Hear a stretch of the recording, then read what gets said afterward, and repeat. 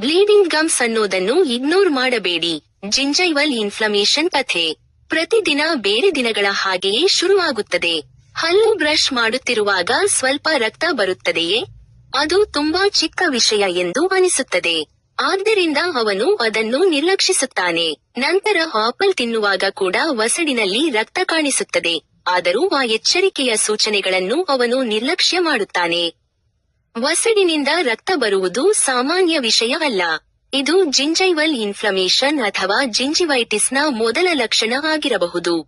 ಹಲ್ಲುಗಳ ಸುತ್ತ ಪ್ಲಾಕ್ ಸಂಗ್ರಹವಾದಾಗ ಅದರಲ್ಲಿ ಇರುವ ಬ್ಯಾಕ್ಟೀರಿಯಾಗಳು ವಸಡಿನಲ್ಲಿ ಉರಿಯೂತವನ್ನು ಉಂಟುಮಾಡುತ್ತವೆ. ಇದರಿಂದ ವಸಡು ಕೆಂಪಾಗುವುದು, ಊದಿಕೊಳ್ಳುವುದು, ನೋವಾಗುವುದು ಮತ್ತು ಬ್ರಷ್ ಮಾಡಿದಾಗ ಅಥವಾ ಆಹಾರ ಸೇವಿಸಿದಾಗ ರಕ್ತ ಬರಬಹುದು.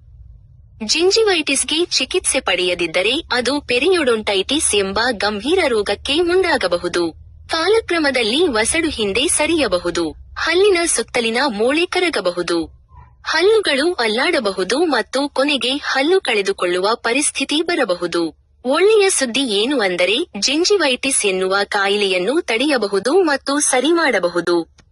ದಿನನಿತ್ಯ ಸರಿಯಾಗಿ ಹಲ್ಲು ಸ್ವಚ್ಛ ಮಾಡುವುದು, ಹಲ್ಲುಗಳ ಮಧ್ಯೆ ಕ್ಲೀನ್ ಮಾಡುವುದು ಮತ್ತು ನಿಯಮಿತ ಡೆಂಟಲ್ ಚೆಕ್ಅಪ್ ಮಾಡಿಸಿಕೊಳ್ಳುವುದು ವಸಡುಗಳ ಆರೋಗ್ಯವನ್ನು ಕಾಪಾಡುತ್ತದೆ.